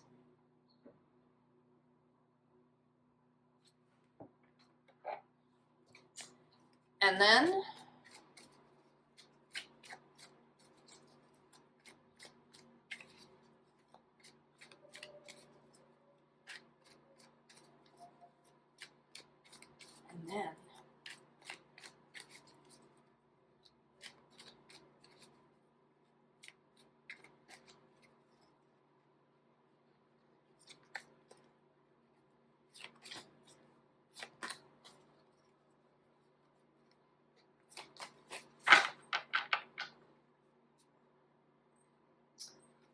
Ace of Pentacles, and then the New World, Four of Cups underneath, and the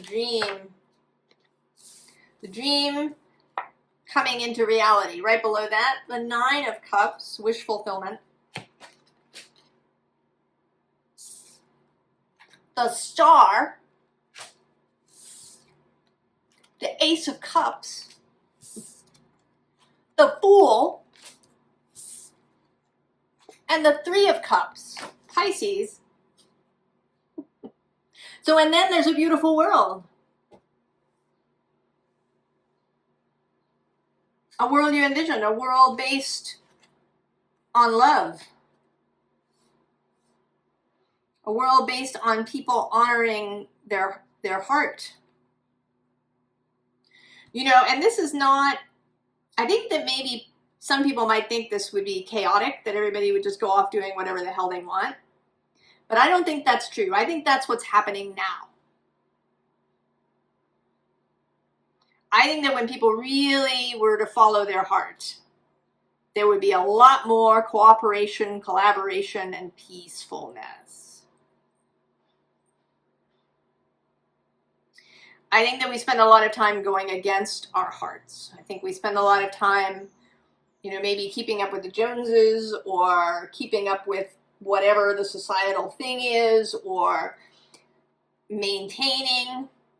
We move out of fear, we move out of habit, we move because we got taught a bunch of things.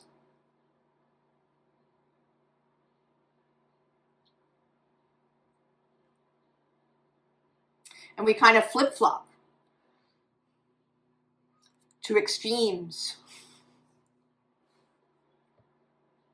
You know, do everything for others, never think of yourself. To the flip side of only think of yourself.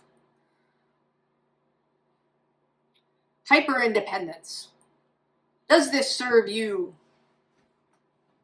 And I think that all of these things are, you know, they're coping mechanisms and philosophies born out of fear. But you have learned wisdom.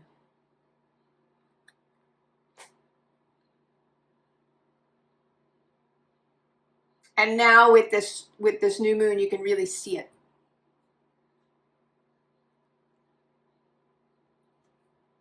You can see the way forward. How to stand on solid ground while you create the new thing, while this new Three of Cups is coming into being.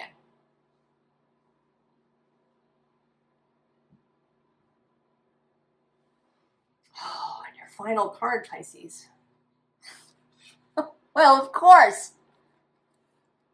Shine your light. You, I think, the most. I mean, all of the signs have kind of an area of influence, but yours is the most kind of freeform, in the sense that it really is about your beingness more than anything else. You as both as example, and you simply as a mobile energy moving through the world. You may find that you're inspired to go places and you don't know why.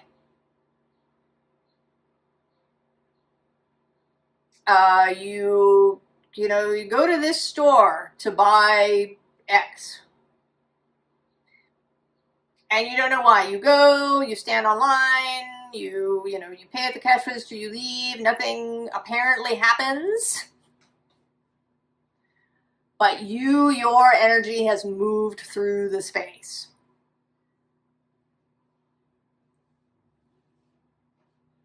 Your light has shone.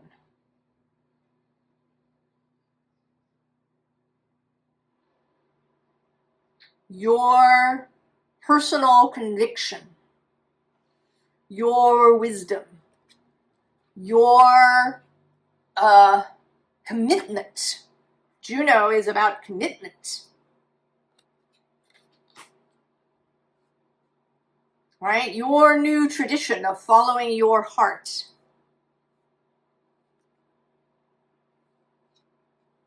Moving through the world. Shine your light, Pisces.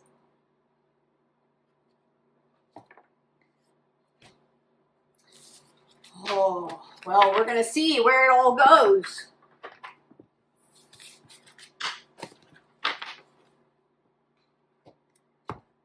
I wish all of you, everyone, the very, very best. And I will see you next time. So long.